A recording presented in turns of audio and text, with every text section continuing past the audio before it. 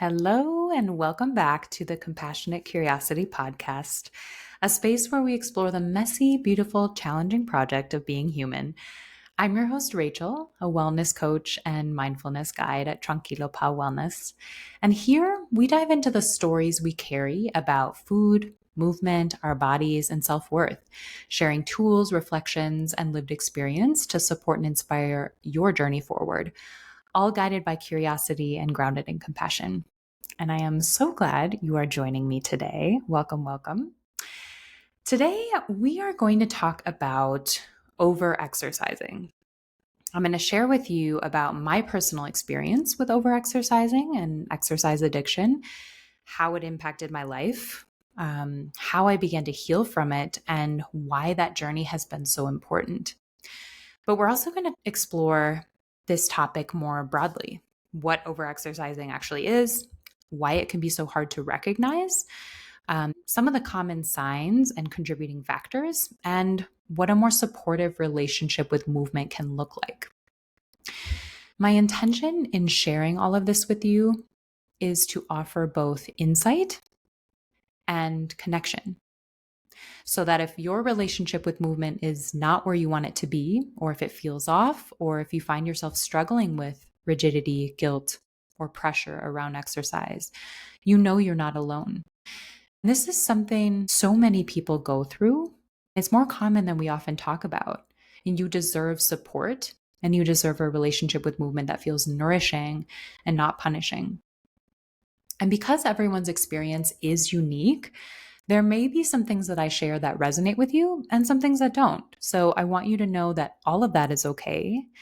And I also want to acknowledge that overexercising can be a difficult topic to name and recognize and talk about.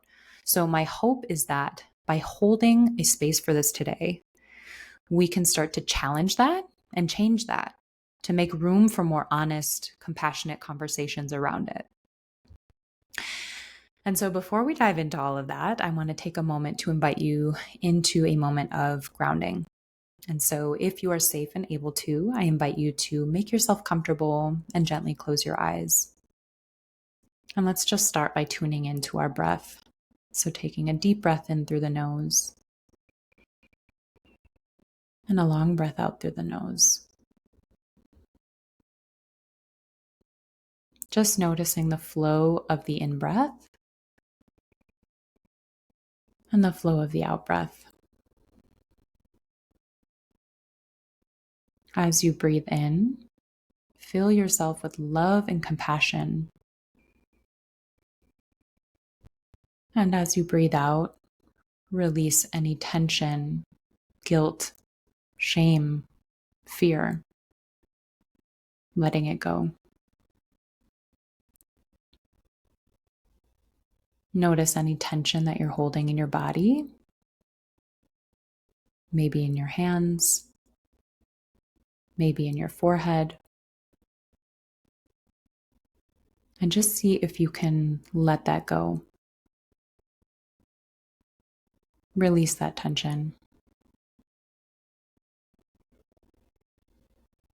And let's take one more deep breath in through our nose and a long breath out through our nose. And when you're ready, gently opening your eyes and inviting the world back in. Thank you so much. So I want to start by defining what overexercising and exercise addiction are, because there are some similarities and some overlapping features, but also some distinctions. So overexercising is exercising beyond what is healthy or sustainable for the body, often driven by external pressures like fitness culture, weight loss goals, or the belief that more is always better. Exercise addiction is a dysfunctional behavior characterized by exaggerated training, loss of control over exercise behavior, and negative life consequences that could be physical, psychological, or social, or a combination of the three, and often experiencing withdrawal symptoms such as irritability, anxiety, or distress if you miss a session. So both of those can involve ignoring physical pain, prioritizing exercise over relationships and responsibilities, and feeling guilt about rest. Both can also be fueled by body image concerns, perfectionism, or an attempt to cope with anxiety or emotions. The main distinction here is that not everyone who overexercises is addicted to exercise, but exercise addiction is often characterized by an inability to stop despite recognizing harm. So, now let's dive into why someone might develop overexercising or an exercise addiction. Well, like most things, there isn't just one thing that causes it. In fact, I wouldn't even say cause here. Instead, there are many different contributing factors that can lead to the development of overexercising or exercise addiction. And there are many different perspectives on those factors, but in general, these patterns tend to be influenced by a combination of personal, psychological, cultural, and biological factors. So, we're going to look at some of the commonly recognized contributors to offer context and perhaps deeper understanding in case you may be navigating a similar path. But at the same time, keeping in mind that everyone's experience with movement and overexercising is unique and that these factors don't offer a definitive answer per se, but help us start to build awareness and curiosity around our patterns. So, some psychological factors can include some personality traits like perfectionism, compulsiveness, and high achievement orientation. These things can drive individuals to engage in excessive exercise. And also coping mechanisms, using exercise as a primary strategy to manage stress, trauma, or negative emotions can lead to dependency. Co-occurring mental health disorders can also influence the development of overexercising. For example, eating disorders. There's a strong association between exercise addiction and eating disorders like anorexia and bulimia, where excessive exercise is used to control weight. Individuals with anxiety or depression can also resort to excessive exercise as a way to alleviate symptoms, potentially leading to addiction. Some biological factors include genetic predispositions. So, like a family history of addiction can increase susceptibility to developing exercise addiction. And also, there's neurochemical changes. So, exercise induced endorphin release can create a rewarding sensation, encouraging repetitive behavior to maintain that high. Some social and environmental influences would be like cultural and media pressure. So, societal emphasis on fitness and appearance can pressure individuals into excessive exercise routines. And also, fitness communities can play a role in this. Certain groups may normalize or even encourage extreme exercise behaviors, making it harder to recognize unhealthy patterns. So, as you can see, there's no single path that leads someone into an unhealthy relationship with exercise. It's often a web of influences that come together over time. So, by understanding some of these contributing factors, we can begin to reflect on our own patterns with more awareness and compassion rather than judgment, and stay curious about what's really driving our relationship with movement. So, now I want to clear up some common misconceptions about what overexercising looks like. The first one is that overexercising only means spending hours working out every day. But in reality, overexercising isn't just about time spent working out. There's also a huge mindset component and a compulsion component. It can look like pushing yourself through pain, feeling guilty for resting, or using exercise to earn food rather than as a form of self-care. The second common misconception is if you enjoy exercise, it can't be a problem. While movement can be joyful and beneficial, it can become problematic when it shifts from a choice to a must do. When exercise starts to feel like something you have to do rather than something you want to do, it can add pressure and take away the fun and relaxation that it used to bring. And over time, that pressure can lead to burnout, making it harder to enjoy moving your body and possibly creating unhealthy habits around it. The third one is rest days mean you are lazy or losing progress. Overexercising often comes with an inability to rest without guilt, even when the body needs recovery. And although this depends on a lot of different factors like the intensity of the workout, duration, fitness level, your particular body, which muscles were utilized, and there's no actual clear cut number on this, but on average, it takes between 48 to 72 hours for muscles to recover after a workout. Our muscle fibers need time to repair, to rebuild tissue, and to grow stronger, which is essential for preventing injury. Yet I think it's pretty common in our culture to fear rest, that it'll set you back or make you lose progress, leading to this constant push to keep going, even when your body is begging for a break. So, okay, you might be thinking, well, Rachel, don't you know exercise is good for you and is actually considered a healthy coping mechanism? So, why is this a problem? And yes, exercise and movement absolutely can be wonderful for both physical and mental health. They can boost your mood, help regulate emotions, support cardiovascular health, and serve as a beautiful form of self expression. However, like anything, even something beneficial, too much of it, especially when done from a place of pressure, fear, or compulsion, can become harmful. So when movement shifts from being something that supports your well-being to something that controls you, exhausts you, or overrides your body's needs, that's where problems can quietly start to build. What makes it tricky is that overexercising is often praised in our culture. Being disciplined, never missing a workout, pushing through the pain. It's seen as commitment, strength. But underneath that surface, for many people, there's anxiety, guilt, or a deep fear of rest. So, what looks like dedication on the outside might actually be disconnection on the inside. So, what are some of those problems that can arise with overexercising?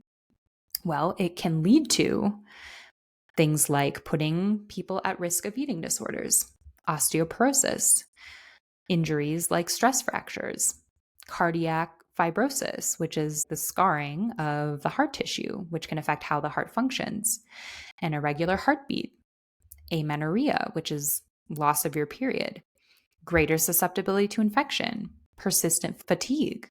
So, yeah, movement can be beautiful and beneficial, but when it starts tipping into that all consuming, push past your limits kind of space, it can come with some real consequences. And that's why it's important to talk about it, to bring a little more awareness to something that often flies under the radar. So if you're wondering, okay, but how do I know if I'm crossing that line? Let's talk about some common signs and behaviors that can show up when our relationship with movement starts to become more rigid, compulsive, exhausting, or unsupportive. And this isn't about, labeling or diagnosing, just a gentle check-in to help you reflect on your own patterns. So for example, you may feel anxious, irritable, or down when you miss a workout. You may continue to exercise despite being injured or feeling overly fatigued. You may have trouble sleeping, even when physically exhausted. And you may skip social plans or daily responsibilities because they interfere with your workout routine. So these signs don't mean you're addicted to exercise. They just point to patterns that might be worth looking at more closely. And if you're starting to wonder whether your relationship with exercise feels a little rigid or consuming, you're not alone. There are actually screening tools out there, like the Exercise Addiction Inventory, that explore this more clinically. And I'll link that resource in the show notes in case you want to explore that further. But even without a formal scale, tuning into how you feel around movement can be a very powerful starting point. And so rather than asking, do I have a problem? Maybe a more helpful question is, what's the energy behind my movement? Is it rooted in connection or fear? In freedom or obligation? And so now that we've explored some of the signs and things to look out for, I want to take a step back and share with you a bit about what this looked like in my own life. Because for me, overexercising didn't start out looking like a problem. It took stepping into my own healing journey to give myself the time, reflection, and space to explore this relationship. And it took a whole lot of honesty and compassion to even realize what was happening. So, what did movement look like for me before it became unbalanced? Well, I grew up pretty active. Through middle school, high school, college, I always engaged in some type of sport, some type of physical activity. With my family, we were rather active. Um, and that, all felt good. It was something that I enjoyed. Um, and even when I went to serve in the Peace Corps, movement was still a part of my life. I would say actually even a little bit less because of the 8,000-degree weather, but was still something that I, enjoyed doing, playing soccer, and was more of a social connection too. But it really wasn't until I came back from the Peace Corps and started nurse practitioner school that I started to notice a shift in my relationship to movement. During that time, I started spending much more time doing cardio based activities. Like I was running anywhere from like an hour to an hour and a half several times a week. And when I wasn't doing those, I was doing some type of cardio activity in the gym. Um, and on top of that, during my residency, I was biking to and from work on top of all of that. So again, this isn't just the time spent, right? But there was also a major shift in how I felt around exercise. It started to feel like an obligation out of my control, like as if I had no choice. I had to engage in this. And, during that time, I would take one day off, if that. And on that off day, I remember feeling so much anxiety, so much distress, so much guilt, and just feeling so uncomfortable in my body, like I hadn't earned the right to eat that day or had to restrict because I knew I wasn't burning all those calories that I normally do. But at the same time, I also remember feeling a relief and excitement because that was the day that I would not be doing what I dreaded and what I felt like had such a big pull on me. So it was an interesting dynamic. And when I look back at how overexercising impacted my physical health, I want to be clear, it wasn't the only thing going on. There were other contributing factors too, like chronic stress, the restrictive side of my eating disorder, and some underlying things that were all kind of tangled together. But overexercising definitely played a role in how my body started to break down. And that looked like chronic hip pain, constantly fatigued. I felt cold and weak all the time. I couldn't sleep ever. My body was screaming for rest, but I couldn't hear it. I just felt like I had to keep going. And it's funny because from the outside, everything looked fine. Like I was fit and taking care of myself, but that couldn't have been further from the truth. And so, as far as turning point goes, for me, it all kind of came to a head after I had quit my job working in the clinic. I thought leaving the clinic would relieve my anxiety, my stress, my fatigue, and to a certain degree it did. But interestingly, what I now know is that my job that occupied so much of my day-to-day energy and attention, when it was suddenly removed, that actually opened space for all these underlying issues to come to the forefront. And one of those things was my eating disorder, which for me included overexercising, was intertwined with exercise. And I realized that because I had been ignoring the roots of these behaviors for so long, suddenly when a form of distraction was removed, work, these things were shining through stronger than ever. So I felt propelled to face my truth, what was really going on, naming it for what it was, seeing it and not turning away. And so I saw my movement patterns as destructive at that point, but was also overwhelmed about not knowing how the hell to stop or how to change. And actually, my decision to do my yoga teacher training in India, I considered to be a pivotal turning point for me because, for example, it was the first time in literally years that I knew I was going to not be doing cardio at all, or if anything, way less than what I had been doing, which I remember the thought alone caused a lot of stress and anxiety for me and actually was deterring me from making that final decision to go. But I did end up going and I survived. And that month I spent there, a lot came up emotionally for me, not necessarily understanding any of it, but there was for sure a shift in how I saw myself. I think it was the first time that I truly felt compassion for myself. And so when I came back from India, I felt the pull and intention to continue mending my relationship with movement and food and my body. And I think another turning point for me was when several months had passed since I had no longer had my IUD and my period hadn't come back.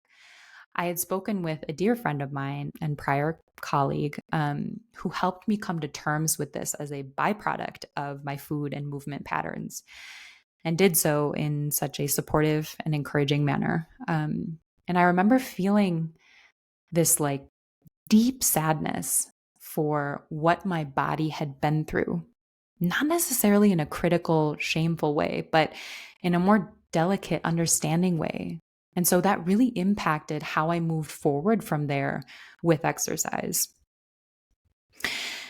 So, from these turning points, how did I actually start to change and heal my relationship with movement? Well, it looked very much like bringing awareness to what my current beliefs are around movement and challenging those that no longer serve me, that no longer supported my physical or emotional well being. It looked like exploring new movement, like dance parties by myself in my home.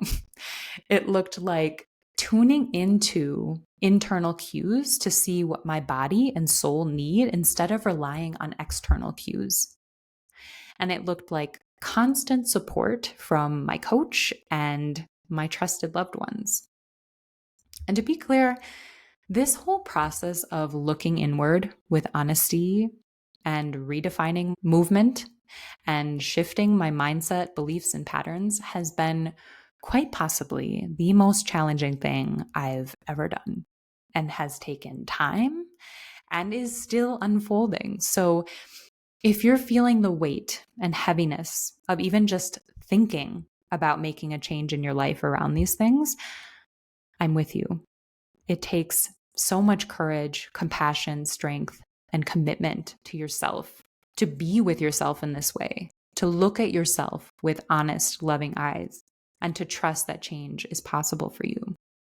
And so know that if you're feeling this or going through something similar, you're not crazy, that what you're feeling is okay and is simply information to be acknowledged.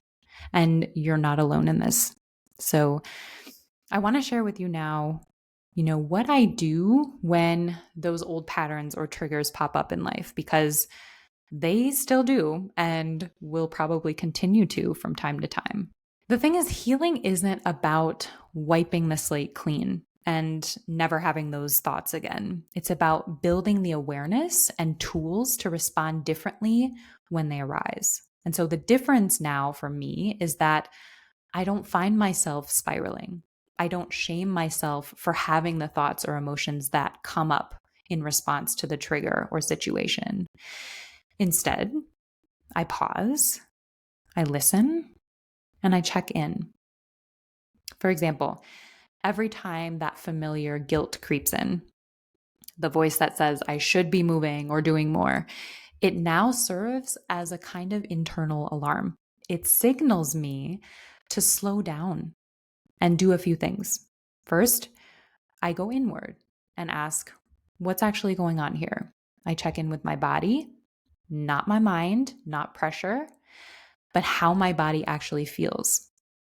And two, I notice the story that I'm telling myself. And if it's disempowering or rooted in old patterns, I consciously replace it with something more supportive, like an affirmation or a reminder that brings me back to center. Things like, I no longer punish my body to prove my worth, or my body is no one else's business but mine, or I choose when and how to move my body based on how I feel, not based on fear or pressure. And these small shifts in how I respond have been game changing. They help me return to myself with compassion as opposed to control, which has allowed me to do a few things: to rebuild trust with my body, to soften the inner pressure, and to make choices that actually support my well being, not just my image or performance. And that has brought a sense of freedom and peace that I never thought I'd experience, which has opened so many beautiful doors for how to be, how to move through life, and how to enjoy life. So, what does movement look like for me these days? Well, any rigid scheduling has gone out the door, and it's more so tuning into my body on a daily basis. What do I need? And deciding from that place, not from guilt or from a plan that I set a week ago. I've been exploring new ways to move, ones that feel more nourishing instead of punishing, movement that's less about numbers, reps, or calories, and more about connecting to my body. Things like more gentle styles of yoga, a casual bike ride, or a slow walk in nature. I also canceled my gym membership, which for me was symbolic. It was a way to break from the environment that once reinforced a lot of old pressures. These days, for me, movement is about respect. It's about peace. It's about love and about listening to my body, to my energy, and to what actually feels good. So, as we wrap up here, if this episode brought up something for you, maybe you're realizing your relationship with movement feels a little off or just not as supportive as it could be, and you're craving more guidance or space to explore that, I've got you covered. My coaching programs are designed to help you gently untangle those programs, reconnect with your body, and redefine movement in a way that actually feels good to you. And if that speaks to you, I'd love to invite you to book a free discovery call with me. We can walk through where you are, what's coming up, and whether we'd be a good fit to work together. And the link will be in the show notes for that. So, wherever you are and however your relationship with movement is right now, I know it can be hard to face, let alone talk about. And so just know that you're not alone. And there is so much more to you than your body and exercise. There's so much more to life. And it's absolutely possible for you to see that, experience that, feel that, all while being kind to yourself. And I'm here to support you in doing that. So until next time, may you know again that you are not alone. I am here with you. May you be guided by curiosity and grounded in compassion. Sending you love, light, and gratitude today and always.